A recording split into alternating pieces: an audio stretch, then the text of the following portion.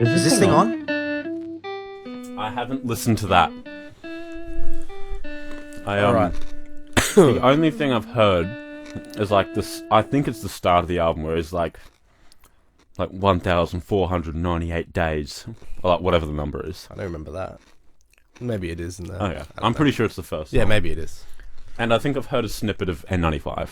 You probably have. But- It's pretty popular. I mean, is it the most popular on the album? Looks like it. 91. It's like, Yeah, it is.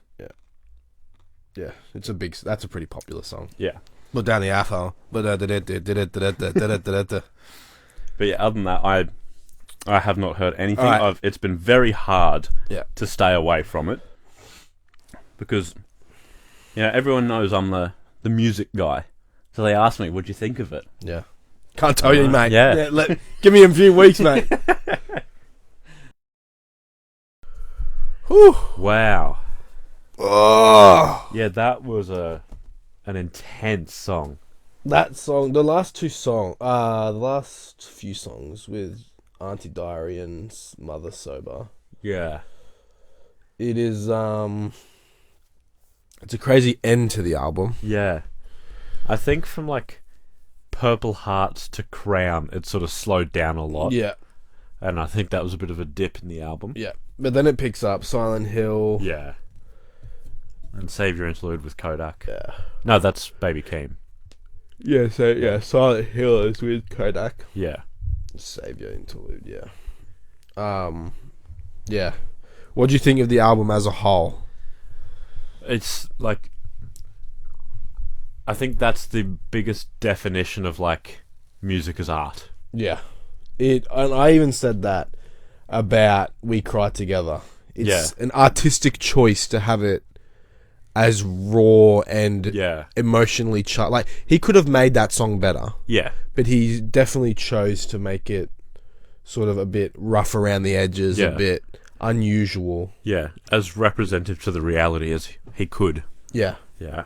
But yeah, as a whole, I actually, listening to it today all the way through with the lyrics and sort of listening to it from a different light, I'm actually not going to say it's the best album of the year. I think I'm actually going to put it at number 2. Okay. What's at number 1? I still think Pusha T's is better. I would have to agree. As a whole. Yeah. I think it's much more enjoyable as a listen as well. Yeah. I'd much rather listen to Pusha T from like front to back. Yeah. The whole album is much better, and I'm not and this album's like 30 minutes longer or something. Yeah. Like Pusha T's album's like 40. This is like an hour 10 or close to. Yeah. But just in general, like, in the past I have separated my favorite from best. Yeah. But I think these two albums are so close in terms of quality that just whatever I prefer just sort of gets favoritism here. So I'm going to say it's not as good as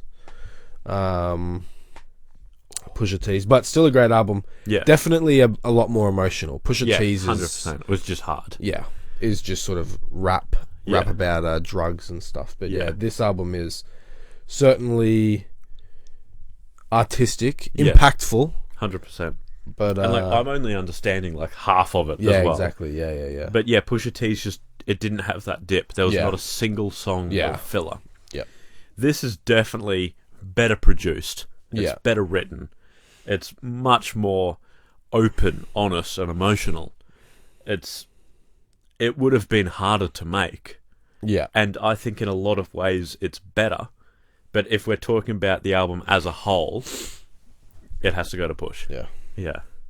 God damn, some of those Pusha T songs are different. Those Pusha T songs are so good. Like, I wouldn't pick any of these songs to listen to over any of the Pusha T songs. Yeah. Maybe the worst songs on that album, Yeah. like, it's the better songs on here, but like the top of that album for me Yeah. would clear this. Yeah. But that's not saying, like, in terms of musically, Yeah. this is probably equal or Yeah. potentially better. But it's I a think tough it's a little listen. better. It is a tough listen. Like, How many times are you going to put on Mother and Sober Yeah. Like, you're not going to listen to that on the way to work. You're not going to listen to that, in your headphones while you're walking around the shops. Yeah. It's a tough listen. And sometimes, do you ever get when, like, something's really good and you just don't want to go back to it? Yeah. I get that all the time. Yeah. Like, my favorite album, My Beautiful Dark Twisted Fantasy by Kanye West, is probably one of my least listened to Kanye albums. Okay. Like, because it's like, it's so grand, it's so big. Yeah. It's like an effort to listen to. Yeah, but like, that's fair. It gets paid off. Yeah. When you listen to it, Yeah. but sometimes you just don't have the time. yeah, exactly. Yeah. Like, some of my favorite movies, I've only watched like 3 or 4 times. When I've watched like stupid movies like Horrible Bosses or like This Is the End like 10 times. Yeah. But I wouldn't say that's like my favorite. No. Sometimes you've got to understand, like Kendrick's sort of holy grail, To Pimp a Butterfly. Yeah. I've listened to it like 2 times. Yeah. Because you have to sit down and do nothing but listen to it. And I could argue that that's like a top 5 album ever. Yeah. Especially in rap. Yeah, I've only listened 100%. to it 2 times. I agree. I probably listened to like Soulja Boy's albums more than that. Or like, this is a good album. Yeah. Very good. Yeah. But stylistically, not something that I can play once a day. Yeah. When I'm like around the house or whatever. Yeah, exactly. But it's still a good album. It's gonna be close when I have more time. Come end of the year, we got 6 months now. Yeah. Got a few more albums to come out. Like some albums that we haven't even reviewed. That I've hearing getting a lot of praise. But yeah, it's a good album. But for me, not one I can listen to. Yeah, solely because it's so emotional and so it's very grand. full on. Yeah. Well, do you know what you're rating it? I'm gonna give it a 9 out of 10. Yeah, I was thinking 8.5 or 9. Yeah, it's a good album. 100%. All right, that's it. Be sure to tune in for the quiz in a few days. Yep, that's all right. Boom. Done. Yeah. No, that was good. Oh.